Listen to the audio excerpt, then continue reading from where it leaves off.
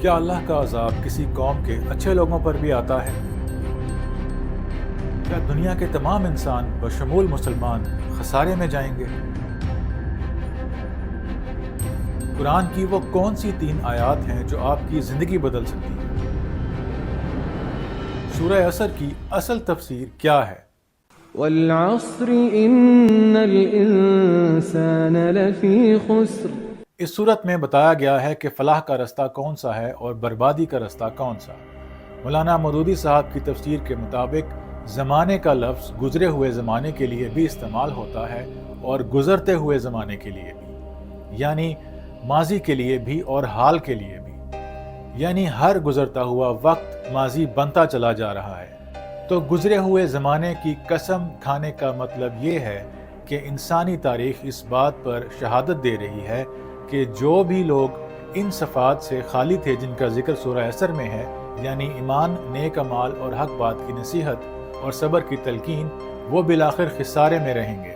اور یہ جو گزرتا ہوا زمانہ ہے، یہ ایک فرد کے لیے بھی ہے اور ایک قوم کے لیے بھی، یعنی ہر فرد اور ہر قوم کو ایک مقررہ وقت دیا گیا ہے یہ 4 کام کرنے کے لیے جن کا اوپر ذکر کیا گیا۔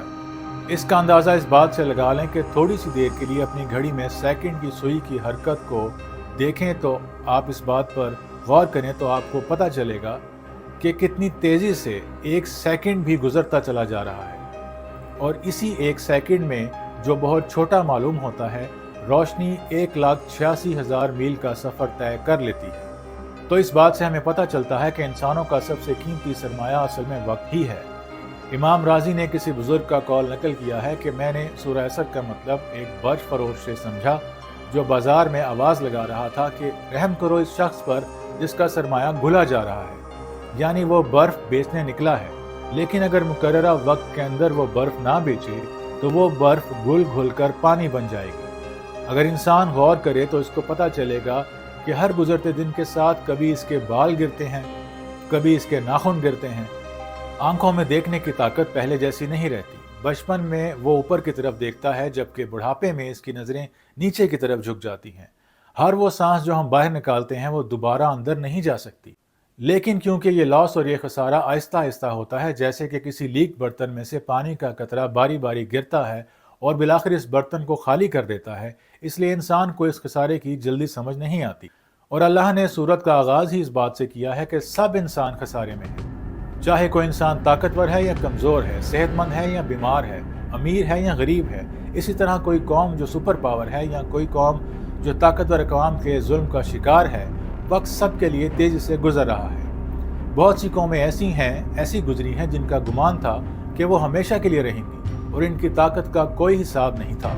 آج ہمیں ان کے کھنڈرات ملتے ہیں جن کے ساتھ ہم تصویریں اتروانے کو فخر سمجھتے ہیں۔ اسی طرح کتنے ہی طاقتور گزرے، فرعون، شداد، حامان، نمرود، لیکن بالآخر زمانے کے ہاتھوں مارے گئے۔ آج ان کا نام و نشان بھی نہیں ملتا۔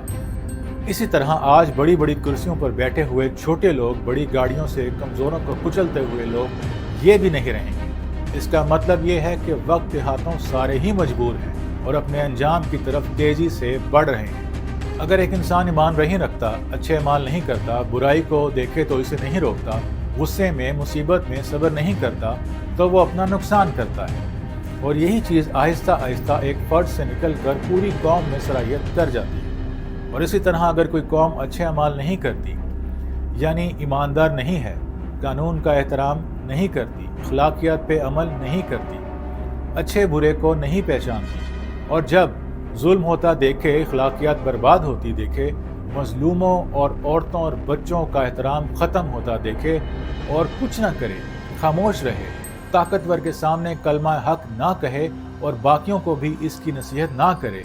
اور یہ سوچ لے کہ جو کچھ ہو رہا ہے یا جو کچھ ہوتا ہے یہ ہوتا رہے، ہمیں کیا، تو پھر وہ قوم بالآخر خسارے کا شکار ہو جائے گی اور اپنا نقصان کر بیٹھے گی۔ کیونکہ اگر معاشرے میں برے لوگوں کی تعداد بڑھتی جائے تو اچھے لوگوں کو بھی برا بننا پڑتا ہے یا وہ زندہ ہی نہیں رہ پاتے۔ یاد رکھیں، جب قرآن یہ کہتا ہے کہ انسان بڑے خسارے میں ہے تو اس کا مطلب دنیا اور آخرت دونوں کا خسارہ ہے، دونوں کا نقصان ہے۔ اب ان صفات کی بات کرتے ہیں جن کا اس سورہ میں ذکر ہوا ہے۔ تو سب سے پہلے ہے ایمان لانا، یعنی اللہ کی وحدانیت، رسول، ملائکہ اور کتب پر ایمان لانا، قرآن پر ایمان لانا۔ لیکن سوچنے کی بات یہ ہے کہ یہاں پر ایمان کے بعد خسارے کا ذکر ہے، تو ایمان کا سب سے پہلے ذکر کیوں کیا گیا؟ تو ایمان کا ذکر کرنے کی یہاں پر سب سے بڑی وجہ یہ ہے کہ پھر انسان کو مجبوراً مرنے کے بعد دوبارہ اٹھنے پر بھی ایمان لانا پڑتا ہے، یعنی روز قیامت پر ایمان۔ جب اسے اپنے اعمال کا جو اس نے اس دنیا میں زندگی میں کیے خدا کو حساب دینا ہوگا، تو جس انسان کو یہ پتا ہو کہ میں جو کچھ کر رہا ہوں اس کا مجھے جواب دینا پڑے گا، تو وہ اپنے ہر عمل کو اخلاقیات، قانون اور انسانیت کے اندر لے کر آئے گا اور ظلم سہنے اور ظالم کا ساتھ دینے سے پرہیز کرے گا۔ سورہ حجرات کی آیت ہے کہ جس کا مفہوم ہے کہ صاحبان ایمان تو وہ ہیں کہ جب زبان سے کہتے ہیں کہ ہمارا رب اللہ ہے، تو پھر اس پر استقامت بھی دکھلاتے ہیں اور مرتے مرتے مر جائیں اللہ کے علاوہ کسی کو اپنا خدا نہیں مانتے، اور ڈرتے ہیں تو صرف اللہ سے ڈرتے ہیں۔ اسی لیے آج ہمارے ملک پاکستان میں اور باقی اقوام میں بھی جو طاقتور اپنے آپ کو خدا بنا کر پیش کرتے ہیں، لوگوں کے سیاہ اور سفید کے مالک بن بیٹھے ہیں، ان پر اپنا حکم چلاتے ہیں اور ہر قسم کے احتساب سے بالا تر ہو جاتے ہیں۔ ان کو یاد رکھنا چاہیے کہ خدا وہ نہیں ہے، خدا تو صرف اللہ کی ذات ہے جو ہر چیز پر قادر ہے، جس نے یہ بھی فرمایا کہ ہر علم والے کے اوپر ایک علم والا ہے اور ہر طاقت والے کے اوپر ایک اور طاقت والا ہے، اور سب سے زیادہ طاقت والا صرف اللہ ہے۔ اسی طرح ان لوگوں کو جو ان طاقتوروں کا ظلم سہتے ہیں اور ان سے ڈر کر ان طاقتوروں کو ہی خدا کا درجہ دے بیٹھتے ہیں اور ان کو قہار اور جبار سمجھ بیٹھتے ہیں، ان کو یہ یاد رکھنا چاہیے کہ طاقت صرف اللہ کی ہی ہے، اور اگر وہ کسی زمینی عام سے انسان کو طاقتور سمجھیں گے اور اس کی طاقت کے روب میں آئیں گے تو یہ بھی ایک قسم کا کفر ہوگا اور ایک سچے خدا کا انکار ہوگا۔ اور یاد رکھیں کہ اللہ رب العزت ہر جگہ موجود ہے، کوئی چیز اور کوئی جگہ اس سے چھپی ہوئی نہیں ہے، اور وہ کسی بھی ظلم کو نہیں بھولتا۔ دنیا کی سب سے طاقتور ترین ایجنسی صرف اللہ کی ہے، اور اگر کوئی دیکھنا چاہے کہ خدائی کا جھوٹا دعویٰ کرنے والے نام نہاد طاقتوروں کے آگے کیسے کھڑے ہوتے ہیں، کلمہ حق کیسے کہتے ہیں، تو وہ کربلا میں حسین کے انکار کو یاد رکھے۔ اور دوسری صفت جس کا مطلب ہے صالح یعنی نیک اعمال کرنا، تو قرآن کی روح سے کوئی بھی عمل اس وقت تک نیک نہیں ہو سکتا جب تک اس کی جڑ میں ایمان موجود نہ ہو۔ اب سوچنے کی بات یہ ہے کہ اس ایمان سے کیا مطلب ہے؟ مولانا مودودی صاحب کے مطابق ایمان وہی معتبر اور مفید ہے جس کے سچا اور صادق ہونے کا ثبوت انسان اپنے عمل سے پیش کرے، ورنہ یہ محض ایک دعویٰ ہے۔ مولانا مودودی صاحب کی اس تفسیر سے یہ بھی اخذ ہوتا ہے کہ نیک اعمال کے پیچھے ایمان کا اصل مطلب یہ بھی ہے کہ جو کیا جائے وہ صرف اللہ کی خوشنودی کے لیے کیا جائے، نہ کہ اپنی سیاست کے لیے اور لوگوں پر اپنا روب اور اپنی طاقت کو قائم رکھنے کے لیے۔ کیونکہ آج کے دور میں ہم دیکھتے ہیں کہ ایک ظالم اور طاقتور انسان جو ہر وقت اپنی عمارت اور دبدبے کا روب بھی دکھاتا ہے، بڑی بڑی گاڑیوں اور گارڈز کے بیچ میں پھرتا ہے، اپنی قوم کو کیڑے مکوڑے سمجھتا ہے، جس کو چاہے غائب کروا دیتا ہے، جس کو چاہے دھکے دیتا ہے، لیکن جب وہی شخص سڑکیں بنواتا ہے، پل بنواتا ہے اور کبھی کبھی لوگوں میں راشن بھی بانٹتا ہے اور اس دوران اپنی تصویریں بنا کر اس کی پوری تشہیر کرتا ہے، تو جو بھولے بھالے لوگ ہیں وہ کنفیوز ہو جاتے ہیں کہ آیا اس انسان کو اچھا سمجھیں، اس کے عمل کو صالح سمجھیں، اس کے پیچھے چلیں، یا پھر ایسے انسان سے قطع تعلق کریں، اس کے ظلم، اس کے جبر اور اس کی طاقت اور رعونت کا خاتمہ کریں۔ تو بات یہ ہے کہ سڑکیں اور پل، 2 وقت کی روٹی تو فرعون اور یزید بھی دیتے تھے، لیکن وہ کسی بھی انسان کو سر اٹھا کے جینے کا، اس کی عزت نفس کا حق نہیں دیتے تھے۔ اور یاد رکھیں کہ ہمارے جیسے ملک پاکستان یا ہمارے جیسے اور ممالک میں جن چیزوں کو ہم عوام پر احسان سمجھ کے جتایا جاتا ہے، یعنی نوکری، 2 وقت کی روٹی، کپڑا، مکان، ترقی یافتہ ممالک میں، باہر کے ممالک میں، ویسٹ میں، یورپ میں، یہ چیز ہر انسان، ہر آدمی کا حق سمجھی جاتی ہے،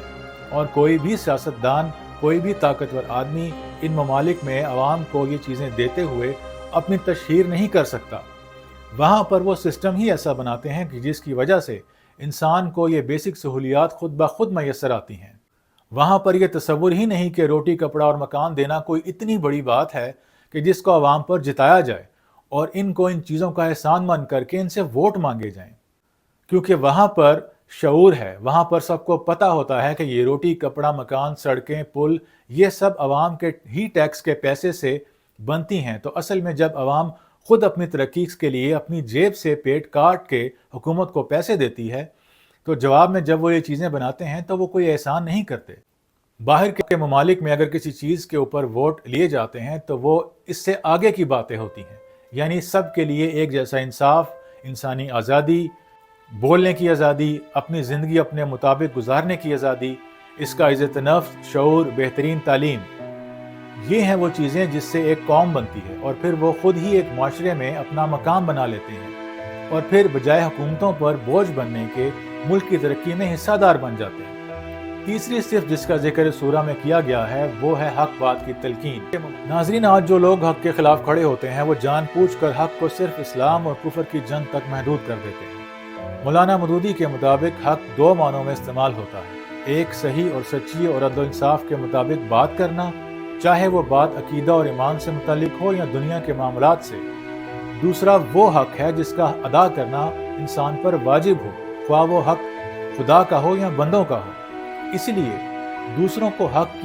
بات کی نصیحت کرنے کا مطلب یہ ہے کہ اہل ایمان کا معاشرہ ایسا بے حس نہ ہو کہ اس میں باطل سر اٹھا رہا ہو اور سچ، قانون، اخلاقیات کے خلاف کام کیے جا رہے ہوں، مگر لوگ خاموشی کے ساتھ تماشا دیکھتے رہیں، اپنے موبائل سے ظالم کے ظلم کی ویڈیو ریکارڈ کرتے رہیں اور اس کو روکنے کی کوشش نہ کریں، بلکہ ایسا معاشرہ ہو جس میں جب اور جہاں بھی ظلم سر اٹھائے، کلمہ حق کہنے والے اس ظلم کے مقابلے میں اٹھ کھڑے ہوں۔ یہی بات سورہ مائدہ میں بھی فرمائی گئی ہے کہ بنی اسرائیل پر حضرت داؤد اور حضرت عیسیٰ علیہ السلام کی زبان سے لعنت کی گئی، اور اس لعنت کی وجہ یہ تھی کہ ان کے معاشرے میں گناہوں اور زیادتیوں کا عام ارتکاب ہو رہا تھا، اور لوگوں نے ایک دوسرے کو برے افعال سے روکنا چھوڑ دیا تھا۔ قرآن کے الفاظ ہیں کہ بنی اسرائیل میں سے جنہوں نے کفر کیا، ان پر داؤد علیہ السلام اور حضرت عیسیٰ ابن مریم علیہ السلام کی زبان سے لعنت کی گئی، یہ اس لیے کہ وہ نافرمانی کرتے تھے اور حد سے بڑھتے تھے۔ وہ جو برے کام کرتے تھے ان سے ایک دوسرے کو منع نہیں کرتے تھے، وہ جو کچھ کرتے تھے وہ بہت برا تھا۔ اسی طرح سورہ انفال میں بیان کیا گیا ہے کہ بچو اس فتنے سے جس کی شامت مخصوص طور پر صرف انہی لوگوں تک محدود نہ رہے گی جنہوں نے تم میں سے گناہ کیا ہو۔ اور قرآن کے الفاظ ہیں، اور اس فتنے سے ڈرو جو تم میں سے صرف ان لوگوں کو نہیں پہنچے گا جنہوں نے ظلم کیا، اور جان لو کہ اللہ سخت سزا دینے والا ہے۔ اسی لیے امر بالمعروف اور نہی عن المنکر کو امت مسلمہ کا فریضہ قرار دیا گیا ہے۔ تو ناظرین، اس سے ہم اس نتیجے پر پہنچتے ہیں کہ اسلام میں نیوٹرل رہنے کی کوئی گنجائش ہی نہیں۔ اور آخری چیز جس کا یہاں پر ذکر کیا گیا ہے، آخری صفت، وہ یہ ہے کہ حق کی پیروی، سچائی اور اخلاقیات اور قانون کی حمایت میں، لوگوں کو ان کے حقوق دلوانے میں، مظلوم کی مدد کرنے میں، طاقتوروں کے خلاف کھڑے ہونے میں جو مشکلات پیش آتی ہیں اور اس راہ میں جن تکالیف سے گزرنا پڑتا ہے، اس کے اندر لوگ ایک دوسرے کو صبر اور ثابت قدم رہنے کی تلقین کرتے رہیں، کیونکہ زیادہ تر لوگ جب حق اور سچ کے لیے جدوجہد کرنے کے لیے نکلتے ہیں اور اللہ اور اس کی مخلوق کے لیے کام کرتے ہیں، تو باطل کی طرف سے آنے والی مخالفت اور طاقتور کے ظلم کی وجہ سے جلدی ہمت چھوڑ بیٹھتے ہیں۔ مزے کی بات یہ ہے کہ جھوٹے لوگ، باطل پرست لوگ اپنی بے ایمانی، دو نمبری اور مظالم کو کرنے میں کبھی نہیں تھکتے اور اپنے بد اعمال کا دفاع کرنے میں بھی نہیں تھکتے، لیکن حق پر قائم رہنے والے لوگ جلدی تھک جاتے ہیں۔ اس کی سب سے بڑی وجہ یہ ہے کہ بے ایمان اور باطل پرست لوگوں کی کوئی اخلاقیات اور عزت نہیں ہوتی، اس لیے وہ کسی بھی حد تک چلے جاتے ہیں، جبکہ حق اور سچ کے لیے جدوجہد کرنے والے لوگ جب جنگ کرنے بھی نکلتے ہیں تو انسانیت کے اصولوں کو نہیں بھولتے۔ اور اس کی بدترین مثال ہمارے معاشرے یعنی پاکستان کے معاشرے سے بھی ملتی ہے۔ یہاں پر سیاست کے لیے لوگ اس حد تک نیچا گر جاتے ہیں کہ اپنے مخالف کو نیچا دکھانے کے لیے باطل پرست، طاقت پرست لوگ کسی کی نجی ذاتی زندگی کو بھی نہیں چھوڑتے، جبکہ حق اور سچ پر کھڑے رہ کر باطل پرست لوگوں کے خلاف لڑنے والے لوگ ایسی باتوں سے دور بھاگتے ہیں اور اخلاقیات کا دامن ہاتھ سے نہیں چھوڑتے۔ لیکن یاد رکھیں کہ خدا کے ہاں آخری کامیابی حق پرستوں اور اخلاقیات پر قائم رہنے والوں کی ہی ہوتی ہے۔ یاد رکھیں ہمارے نبی پاک صلی اللہ علیہ وآلہ وسلم جب کفار کو ایمان کی دعوت دیتے تھے تو وہ لوگ ہمارے نبی پر طرح طرح کے الزامات لگاتے تھے، ان کو جادوگر اور شاعر تک کہتے تھے، ان کو صادق اور امین ماننے والے ان کو جھوٹا کہنے لگ پڑے تھے، جس کی وجہ سے ہمارے نبی دل ہی دل میں کڑتے رہتے تھے کہ یہ لوگ سچ کی طرف کیوں نہیں آتے؟ تو ہمارے نبی پاک صلی اللہ علیہ وآلہ وسلم کے لیے اللہ تعالیٰ نے قرآن میں متعدد جگہ کہا، جس کا مفہوم یہ ہے کہ اے نبی، کیا آپ ان لوگوں کی ان باتوں پر کوڑ کوڑ کر اپنے آپ کو نقصان پہنچائیں گے؟ تو آپ کا کام تو صرف پیغام پہنچا دینا ہے، ہدایت دینا اللہ کا کام ہے۔ اس لیے آخری پیغام یہ ہے کہ آج جہاں جہاں مظلوم، حق پرست، ظالم اور باطل سے لڑ رہے ہیں، ان کو صرف ایک ہی کام کرنا ہے، اور وہ ہے ظالم کے آگے کھڑے رہنا، بغیر تھکے، بغیر گھبرائے، حق بات کرتے رہنا۔ ہو سکتا ہے چھوٹی چھوٹی لڑائیوں میں یہ باطل پرست آپ کو جیتتے نظر آئیں، لیکن آخری جنگ میں جیت سچ کی ہی ہوتی ہے۔ شکریہ۔